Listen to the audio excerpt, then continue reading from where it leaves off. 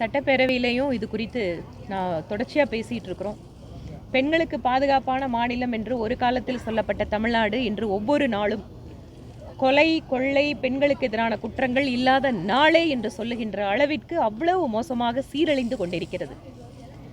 ஒவ்வொரு நாளும் பெண்களுக்கு எதிரான குற்றங்கள் கொலை கொள்ளை நடந்துட்டே இருக்குது. ஆனால் மாநிலத்தோட முதல்வர் தமிழகம்தான் பெண்களுக்கு பாதுகாப்பான மாநிலம் என்று மார்தட்டி கொண்டிருக்கிறார். நடைமுறையில் இருக்கின்ற நடைமுறை சிக்கல்களுக்கும் நடந்து கொண்டிருக்கின்ற நடப்புகளுக்கும் அரசாங்கத்திற்கும் எந்த தொடர்புமே இல்லை என்று இதிலிருந்து தெரிகிறது. இது வீட்டுக்கு அனுப்ப வேண்டிய அரசாங்கம் மட்டுமல்ல, இது முழுக்க முழுக்க மக்களுக்கு விரோதமான ஒரு அரசு. அதாவது டப்பா என்ஜின்னு மாநிலத்தோட முதலமைச்சர் சொல்றாரு. அந்த டப்பாங்கிறது உள்ள ஒன்றும் இல்லை. அது எதுன்னு கேட்டால் திராவிட மாடல் அரசு தான் டப்பா மாடல் அரசு. உள்ள ஒன்றுமே இல்லாமல் வெளியில் விதவிதமாக ஸ்டிக்கர் ஒட்டி மக்களை ஏமாத்துகின்ற டப்பா அரசாங்கத்தை நடத்தி கொண்டிருப்பது திமுக. ஆனால் இன்று யூரோப்பிய யூனியனோட மிகப்பெரிய ஒரு வர்த்தக ஒப்பந்தத்தை இந்திய அரசு ஏற்படுத்தி இருக்கு.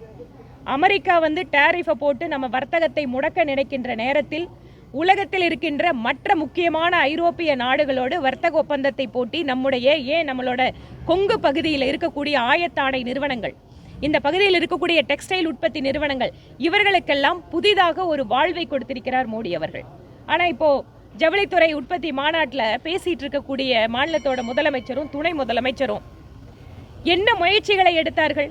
இங்க இருக்கக்கூடிய அத்தனை டெக்ஸ்டைல் காரங்களையும் கூட்டிட்டு போய் மத்திய நிதியமைச்சரோடு பேச வைத்தது நாங்கள். பிஜேபி காரங்க அவ்வளவு தூரம் உதவி பண்ணிட்டு இருக்கோம். ஆனால் அரசாங்கத்தில் இருக்கக்கூடிய இவர்கள் மத்தியில் இருக்கக்கூடிய மோடி அவர்கள் அரசை குறை சொல்வதற்காக மட்டும்தான் அரசையே நடத்தி கொண்டிருக்கிறார்கள்.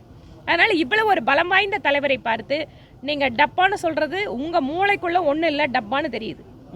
நாளைக்கு பியூஷ் கோயல் அமைச்சர் வராரு, திருப்பி ஏதாவது கூட்டணியில புதிய இது தொடர்ச்சியான ப்ராசஸ்ங்க.